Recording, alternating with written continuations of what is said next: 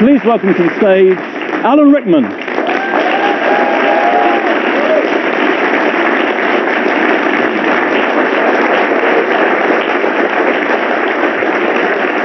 Good evening.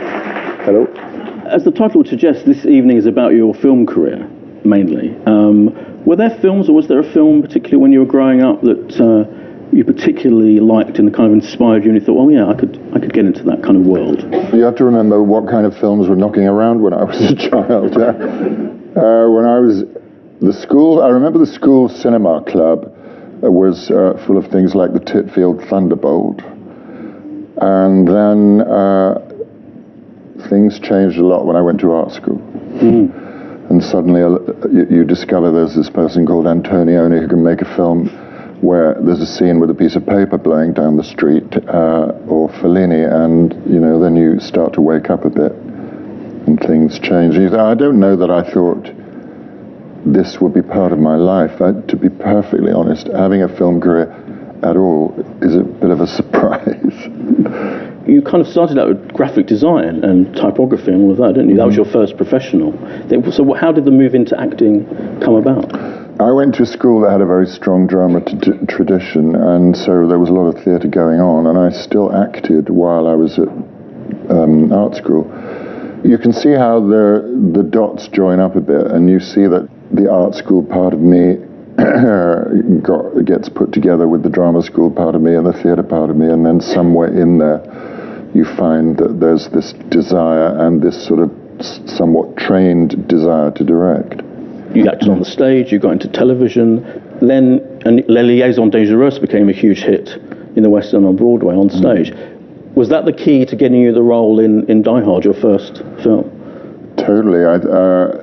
I figured, or somebody told me, you've got about 2 weeks of people's attention.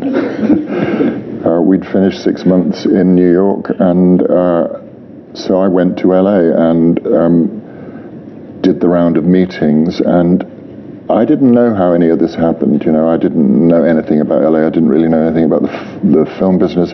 I went to meet some casting directors. I went to meet some producers, and I think it was 2 days after I got there, I was offered Die Hard, and never made a film before, but I was extremely cheap.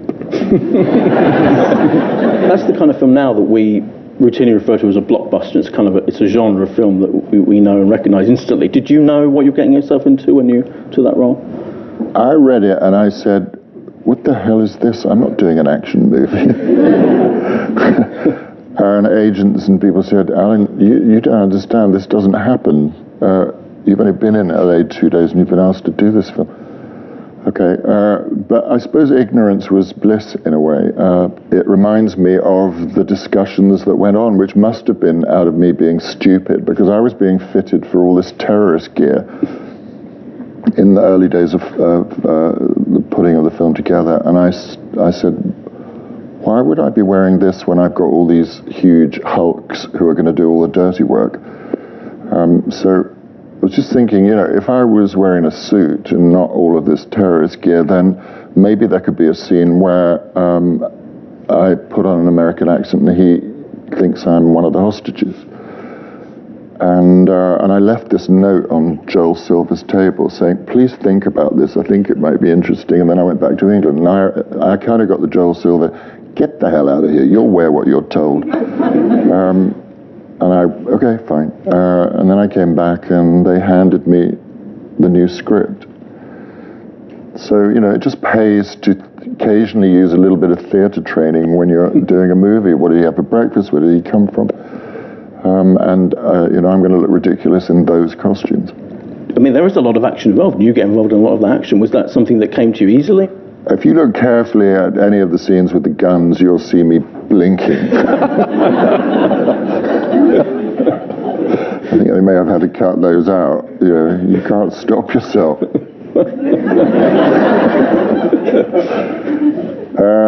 It's a bit shocking how thrilling it is to shoot a machine gun. That I discovered. I bet. And then I remember towards the end of the shooting, they said, we have this shot. They came to me sort of not looking me quite in the eyes. They've got this shot at the end. We want to, you've got to fall from at the top of the building, and we could use the stand-in, but of course if we'd use the stand-in, we'd have to put it on the back of his head going down that way. I thought about it. I said, I'll do it. Because this is before the days of CGI. Now anybody do it, because you'd just be falling nowhere, and they'd blow your clothes in a computer. That had to be done for real. So I said, so how do we do this? And they said, okay, well, we'll train you, which meant one afternoon, I think, of dropping from 10 feet, 15 feet, 20 feet, 30 feet, and so on. And I remember the guy who was doing it saying, okay, what you've got to remember is I had to pull my own cord to release me. I had to remember to bring the gun up and get it in the frame. And then he said, as you're going down, make sure you spread your arms into a kind of star shape, because if you don't, you'll start turning and you'll land on your head and kill yourself. So it was sort of challenging. And we did it 3 times at 3 o'clock in the morning, and it was the very last shot of mine in the film. Wow. Just in case. Well, let's move on to Robin Hood, Prince of Thieves as well, another hugely successful film. Here's a true story. I had a habit of going and having lunch with a very great writer, playwright, now dead, sadly, called Peter Barnes. And I knew I was going to do Robin Hood, and I said, will you have a look at this script, because it's terrible. And I need some good lines. He said, well, here where it says you're coming down the corridor and you're wiping the scar off of the statue, you should have a wench in a doorway, and then you should say, you, my room, 10:30, and then turn to the other wench and say, you, 10:45. So I'm going, you, my room, 10:45. I'd also given the script to Ruby Wax, who's a great friend of mine, and I said to her, will you read this script and come up with some lines? And she came round to my house. I said, you read the script? No, I didn't have time. Just say the lines to me. So I said, well, today Peter Barnes said, you have a wench there, you, Myram, 10:30, you, 10:45. Immediately she said, and bring a friend. And bring a friend. And when I presented this to Kevin Reynolds, he'd learnt by then not to tell the producers, for whatever reason, and not tell the crew or anything. And so he set this up for me to do it, and I said, look, I'll say these lines, you put the women there, I'll say the lines, and then I'll just clear the frame at the end of the line. And nobody knew this was happening except him. And I knew it had worked because as I cleared the camera, I saw about 80 members of the crew just go...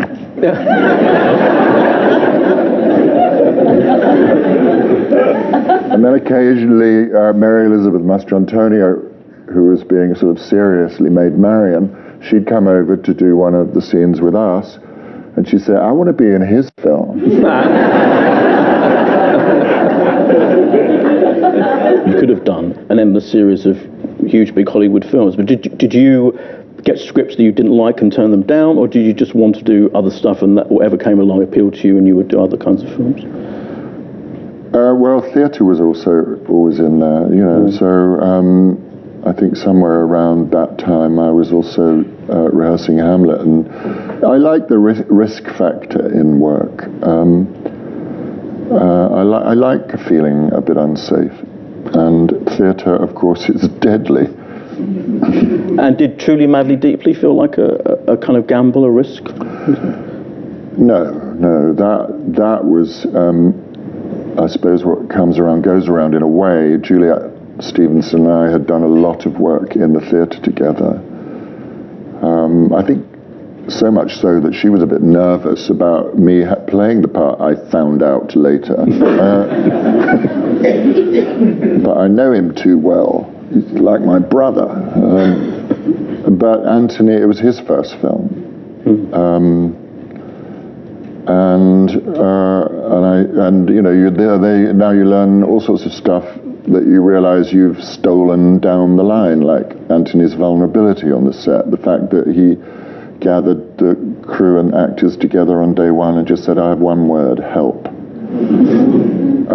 The fact that he put huge value because of his theatre writing on rehearsal. So we had 2 weeks of rehearsals to achieve whatever we achieved in that. And the fact that Juliet and I trust each other so much is, I think, gold dust when you're doing that sort of work. When you read that script and when you make that kind of film, do you know how special it's going to be, or does that all happen afterwards? It's a sort of litmus test because, you say everybody fell in love with that film.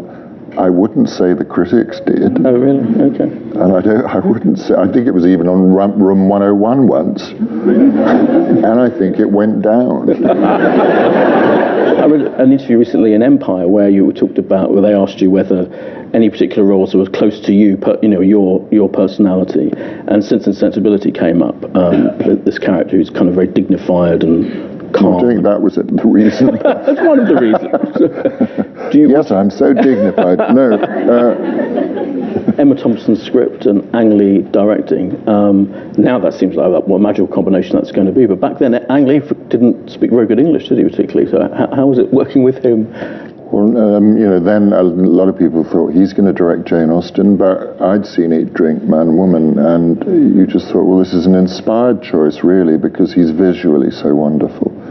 Added to which, Emma had written an absolutely wonderful script out of her genius and love of Jane Austen. You had to, you kind of had to interpret what Ang was saying quite a lot of the time. And he'd have his own way of getting upset about something or think about something. He'd go and disappear off in the middle of a field with a little cardboard box and a big pile of pink buns. Just sort of sit there during lunch thinking. And then you had to translate. Emma put it in her book where things that he said to us, like, my one was, Alan, be more subtle, do more. So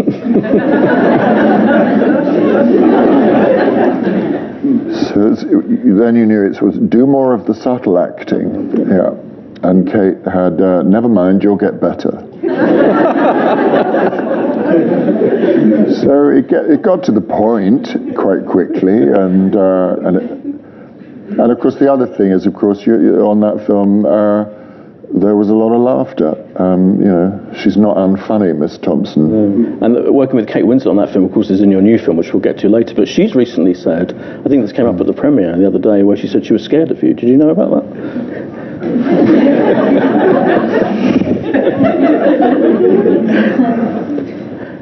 I'd have to have words with her. I mean, really. Okay. I was going to ask about the different directors you work with. Have you learnt different things from all of those directors, or kind of did you have your own vision? I think if you're smart, you learn from all of them, and what it's kind of in what I've been saying. If you talk about Neil Jordan, and then you say Ang Lee, and then you say Alfonso Cuarón and Anthony Minghella, it's not like a generic title.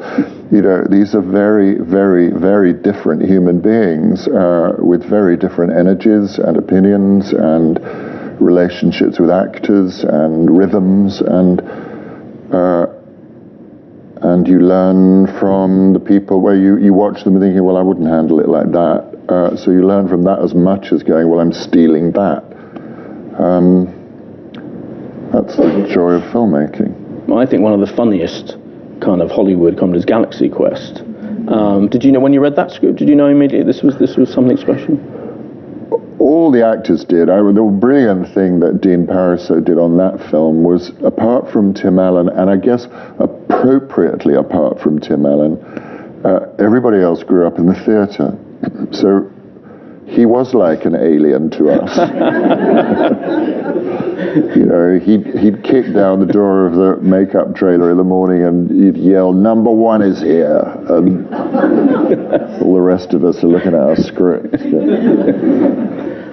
So it was a perfect marriage of acting energies, I suppose, and it meant that those of us playing the actors, we became like this tight little group against the pressures of producers coming out of the gloom first of the morning going, they're still talking, when are we going to start shooting? And we were able to turn around and say, look, just give us 20 minutes and we will have sorted out the whole day because we'll know what we're supposed to be doing as a group of actors. Right. Yeah. And we should mention 8 films in 10 years where you played the same role in the Harry Potter films. Did you know at the start what direction that character was going? Did J.K. Rowling tell you? People think I knew a lot, and I didn't. When I was asked to do it, there were only 3 books written, I think. And so, by and large, I was learning with the readers. Every time there was a new book, basically, I was just going, oh, I'm still in it. Right?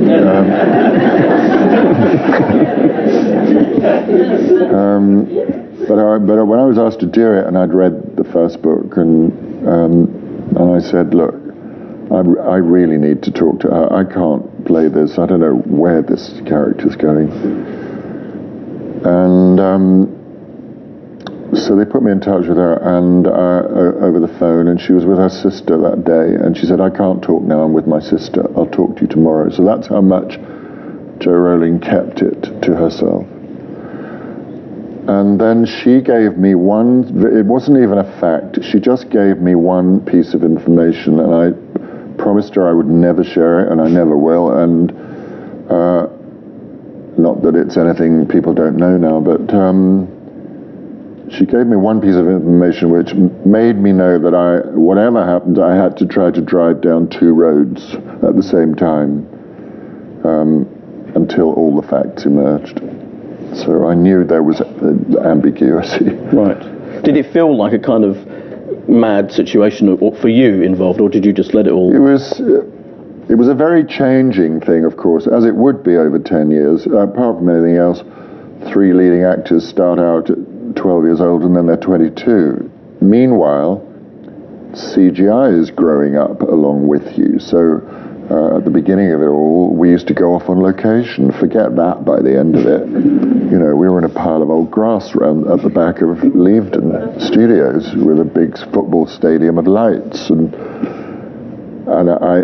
I will never forget, on the last film at 3 o'clock in the morning, Michael Gambon staggering up this piece of old grass and looking at me and saying, am I dead in this scene?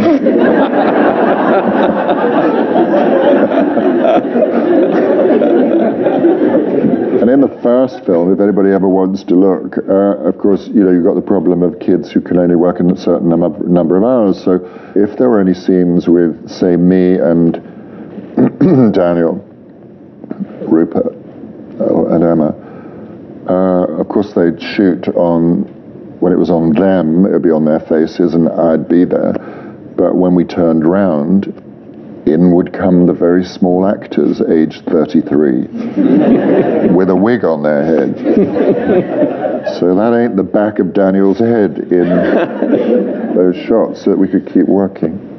Let's move on to another maverick director, Tim Burton. Sweeney Todd was performing a duet with Johnny Depp as much fun as it looks.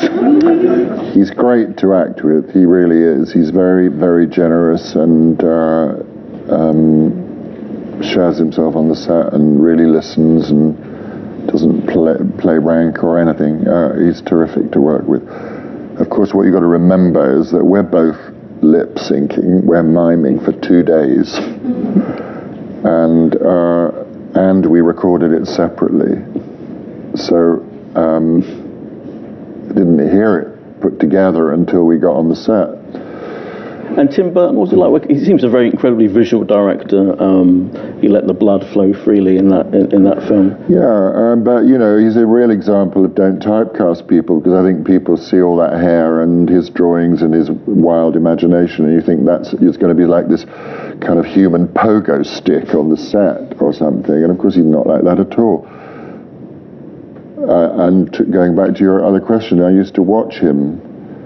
And he'd be in between takes, he'd just pace up and down, and you knew he wasn't talking to anybody, but you knew he was just locked inside his own pictures that he was putting together, or here's how he was going to stitch it together story-wise. And I really admired things he asked for, like on the set, it was an interior but exterior set of Fleet Street. He said, I want the camera to be able to shoot this through 360 degrees. So this was a piece of scene painting and set construction like you really won't see anymore. And I work a lot at RADA still, and I brought all the technical students onto the set. I said, you have got to go and look at that piece of scene painting there with that, like from here over to that wall, you think you're looking at a shop awning, 3 dimensions. It was painted, and there were only like a couple of little mirrors on the set to fill in the gaps, but the rest of it totally surrounded us. Well, let's move on to your second film as director, A Little Chaos. Why was this the script, the idea that drew you to directing? It's that weird circumstance where the letterbox clatters and 180 pages of a script dropped through. Alison Deegan, and it was her first script. And I loved the fact that she knew her subject, Louis XIV and the building of Versailles. The central character is a woman that couldn't possibly have existed, a woman landscape gardener, or a woman with a job at all. So it's a male-dominated world with a lot of women who are merely decorative objects. Weirdly, that has modern parallels still. So I like that about it. It's a very obvious question, but I have to ask it. Directing yourself, how many takes of yourself did you demand? Rafe Fiennes is a good friend, and he directed The Invisible Woman, a year or so ago, and boy, is he in that a lot more than I'm in this. I show up occasionally in this, and I have no idea how he did that. Or Russell Crowe is just directed, and he's probably in every shot of that, and Ryan Gosling, and so there's a lot of it about. No, it's not easy. It's not even, I think, for me, desirable. But the good thing about playing Louis XIV is he doesn't move very much. So you don't have to do blocking for him, because people come to him. One of my great beliefs is not to think about what you're saying, think about what you're hearing, so that what you say is automatic. Then you've got a chance of something happening between you, because you're not focusing on yourself, you're focusing on the other person. Then there might be a story. And Kate is one of the greatest listeners you'll ever sit in an editing room thanking God for, when you want to watch a character learn about herself, which is what she has to do in this film, figure out who she is. I could see her listening all night to our guest, but just leaves me to thank Alan Rickman. Thank you.